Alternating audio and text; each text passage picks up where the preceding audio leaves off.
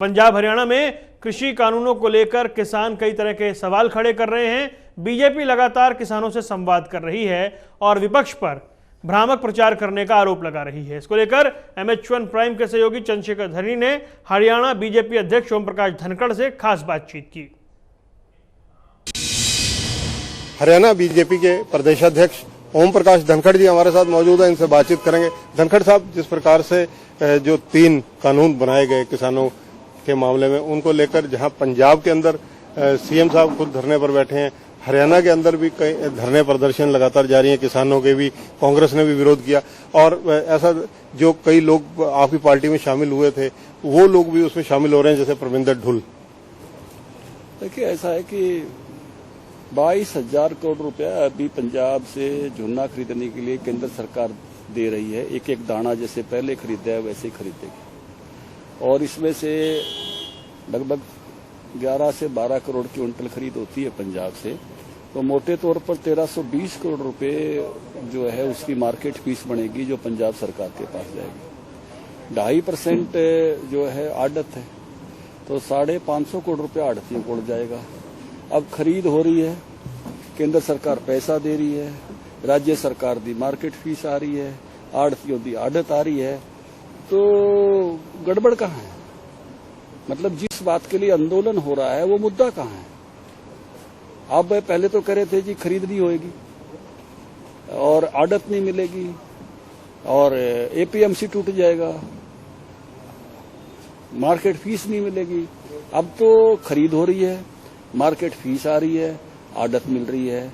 अब नई झूठ बोलनी शुरू कर दी कि होड़े होड़े करेंगे, तो अगला रबी की फसल का भी MSP डिक्लेयर हो गया है। प्रधानमंत्री जी, केंद्र सरकार कह रही है कि ऐसे ही खरीद होनी है, मंडियां ऐसे ही चलेंगी, खरीद ऐसे ही होएगी।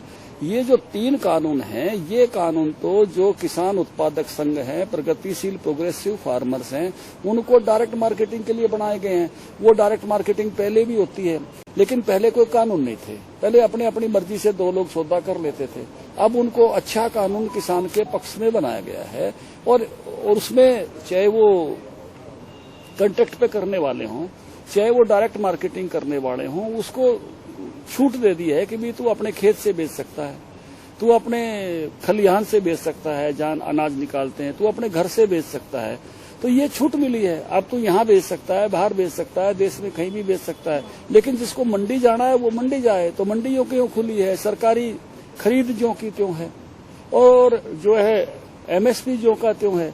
तो आंदोलन किस बात का, ये किसान भाइयों को भी समझने की जरूरत है। होड़े होड़े अब कल मान लो करेंगे, ये ऐसी गल नहीं हुई कि 2 भरा थे, बोला जो है ना वो असी खेती कर ले में, बोला क्या करें, बोला ईख उगा ले में, गन्ने उगा ले में, तो उगाए तो है नहीं, कह रहे हैं कि गांव वाले गन्ने खा जाएंगे। बोला चलो पहले गांव वालों से पंगा कर लेते हैं। अरे भाई, जब कोई चीज खत्म ही नहीं हुई है, कोई चीज बंद ही नहीं हुई है, वो चीज जो कि क्यों जारी है, तो पंगा किस बात का? हम तो हरियाणा और पंजाब, हम इस बात के सर्वाधिक बेनिफिशरीज हैं कि हमारे यहाँ से, पंजाब से सबसे ज्यादा झोना खरीदा जाता है, सबसे ज्यादा कणक गेहूं खरीदी जाती है, हमारे यहाँ से सब नंबर 2 पर गेहूं जाती है, हमारे यहाँ 5वां नंबर है अभी चावल देने में। हम तो इसके बेनिफिशरी हैं। हमको तो धन्यवाद ही होना चाहिए केंद्र सरकार का कि वो हमसे खरीद रहे हैं, हमसे ले रहे हैं, हमको बिल्कुल सारे सिस्टम जो के तो दिए हैं। इसलिए केवल ये राजनीति के लिए राजनीति जो कांग्रेस पार्टी कर रही है, नोटंकी कर रही है, और वो नोटंकी समझ में भी लोगों आ गई है। लोगों क्यों? क्योंकि ट्रैक्टर इत्थे भी वही था और उत्थे भी वही था, एक ही ट्रैक्टर 2 जगह कैसे चल रहा है? तो ये कहानियां ये बताती हैं कि इनके लिए ये केवल इसके कल तो शैलजा ने सीधा ही बोल दिया। पत्रकारों ने पूछा कि भाई आप ये किसानों के कंधे पे बंदूक क्यों चला रहे हो? बोली कंधे मिले हैं तो दिक्कत क्या है? यानी इससे साफ स्पष्ट होता है कि राजनीति फॉर राजनीति, ये केवल राजनीति की नोटंकी कर रहे हैं। इनका किसानों के हक हुकूक से कोई संबंध नहीं है। ना इन्होंने स्वामीनाथन रिपोर्ट इंप्लीमेंट की बनाई थी, ना कोई 50% प्रॉफिट के साथ कभी फसलों के भाव दिए, ना इन्होंने कभी 6,000 रुपए प्रधानमंत्री मोदी जी की तरह किसानों को सीधे दिए, ना कभी फसल बीमा देता जिससे 5300 करोड़ रुपए हरियाणा के फार्मर्स को मुआवजा मिल गया है। ये तो केवल नारे लगा रहे हैं और केवल भ्रम पैदा करने का काम कर रहे हैं। अब ये झूठ बोल रहे हैं जब खरीद शुरू होगी। मैंने कहा था अभी 25 सितंबर को आंदोलन क्यों कर रहे हो? 25 अक्टूबर करो ना। जब झोना खरीदा जाएगा, एक एक दाना खरीद लिया जाएगा, फिर कौन सी गल रह गई?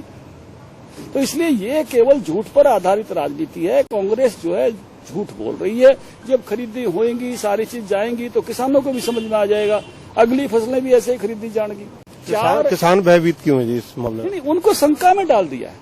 ये अपनी राजनीति के लिए भ्रम फैलाते फिर रहे हैं, उनके मन में शंका पैदा कर दी। किसान तो जब देखेगा हकीकत में कि ये झूठे थे तो उसको समझ में आ जाएगा कि इन्होंने कभी किसानों का भला किया नहीं। अभी पूछो कभी 6,000 रुपए किसी कांग्रेस की गवर्नमेंट ने दी हो, किसानों ने जाके पूछो। कभी इतना अच्छा बीमे की स्कीम दी हो, कभी इतनी अच्छी खरीद की हो, कभी 50% प्रॉफिट के साथ फसलों के दाम दिए हो। ये तो केवल गाल बजाते रहते हैं। ये इन्होंने कभी किसानों के लिए डक्का नहीं तोड़ा, कोई किसानों का भला नहीं किया। ये इन्हीं से पूछ लो, जब ये प्रदर्शन करते हैं। अभी स्वामीनाथन कमीशन किसने बनाया था? कांग्रेस पार्टी ने। रिपोर्ट लागू किसने की? बीजेपी ने। आपने क्यों नहीं की? 2008 में आपके पास आ गई थी, आपका तो 14 तक राज था। 6 साल आप रिपोर्ट को पैरे तले दबाए क्यों बैठे रहे? हुड्डा कमेटी किसने बनाई थी? कांग्रेस पार्टी ने। 2010 में रिपोर्ट दे दी थी, 2014 तक इनकी सरकार थी, क्यों हुड्डा रिपोर्ट को पैरे तले दबाए बैठे रहे? ये केवल गल्ला करते हैं, झूठ बोलते हैं, ये कुछ करते नहीं है। 50% प्रॉफिट के साथ फसलों के दाम क्यों नहीं दिए?